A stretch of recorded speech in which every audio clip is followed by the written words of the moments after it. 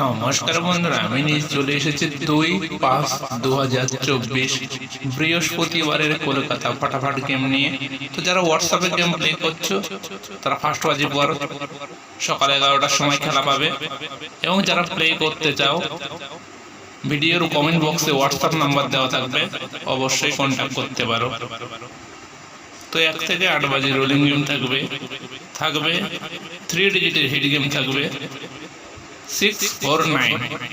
একবার পাস হয়ে গেলে খেলাটি ছেড়ে দেবে। 649 থাকবে 1 থেকে 8 বাজে 3 ডিজিট।